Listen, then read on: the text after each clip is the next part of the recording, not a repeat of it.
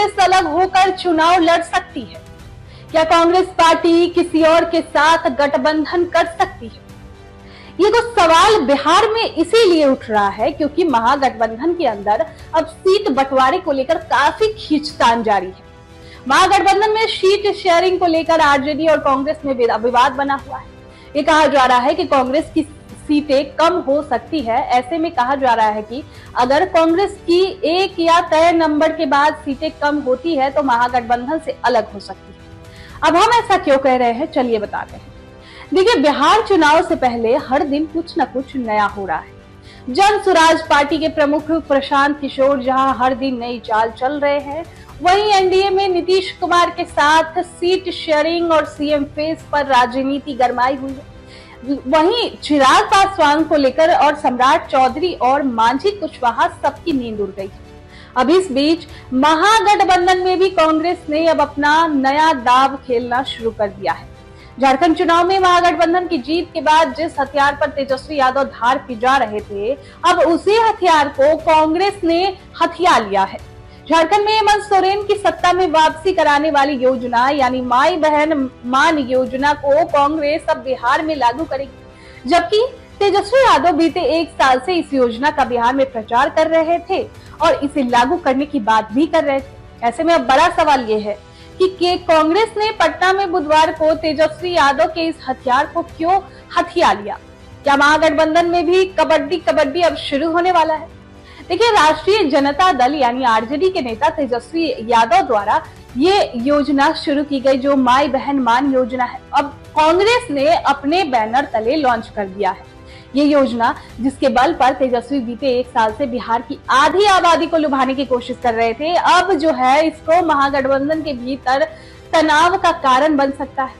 तेजस्वी यादव ने दिसंबर 2024 में माई बहन मान योजना की घोषणा की थी, जिसमें बिहार की हर महिला को प्रतिमाह 2500 रुपए देने की वादा किया गया था। अब ये योजना झारखंड की मैया सम्मान योजना से प्रेरित थी, जिससे वहां महागठबंधन को चुनावी लाभ दिलाया। अब क्या तेजस्वी यादव को इससे जोरदार झटका लग सकता है, ये भी सवाल है। तो देखिए, तेजस्वी ने इसे बिहार में महिलाओं को सशक्त करने और महंगाई से राहत दिलाने के लिए एक बड़ा दाव बताया। उन्होंने दावा किया था कि उनकी सरकार बनने के एक महीने के भीतर ये योजना लागू हो जाएगी।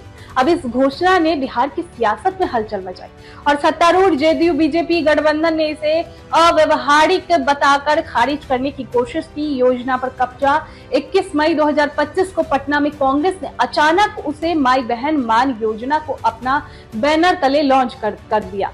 अखिल भारतीय महिला कांग्रेस की अध्यक्ष अलका लांबा और बिहार कांग्रेस अध्यक्ष राजेश राम ने प्रेस कॉन्फ्रेंस में ऐलान किया कि अब महागठबंधन की सरकार बनने पर यह योजना लागू होगी। तो कांग्रेस ने यहाँ पर दावा कर दिया कि कर्नाटक, हिमाचल प्रदेश और झारखंड में उसकी सरकारें पहले से ही ऐसी योजना चला रही है, इसीलिए यह कोई नई बात नहीं है। महागठबंधन में तनाव कांग्रेस के इस कदम ने महागठबंधन के भीतर दरार को उजागर कर दिया है। तेजस्वी ने इस योजना को अपनी नेतृत्व वाली रणनीति का हिस्सा बनाया था और अब इसे 2025 के चुनाव में आरजेडी के पक्ष में माहौल बनाने का हथियार माना जा रहा था।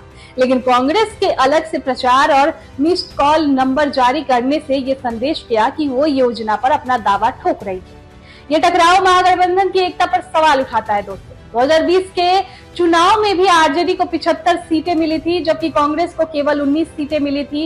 इसके बावजूद भी कांग्रेस अब ज्यादा सीटों की मांग कर रही है और तेजस्वी की सीएम उम्मीदवारी पर खुलकर समर्थन नहीं दे रही है। दूसरी ओर आरजेडी के समर्थक मानते हैं कि तेजस्वी की लोकप्रियता और माई बहन मान योजना जैसे ये वादों के दम पर ही गठबंधन को जीत मिल सकती है। लेकिन कांग्रेस का ये कदम गठबंधन के भीतर नेतृत्व और क्रेडिट की जंग को दर्शाता है। माई बहन मान योजना को लेकर महागठबंधन में शुरू हुआ ये सियासी कबड्डी बिहार के चुनावी समीकरण को प्रभावित कर सकता है। खैर, आपकी क्या राय है, क्या हो सकता है, आपको क्या लगता है? कमेंट बॉक्स में जरूर बताएं।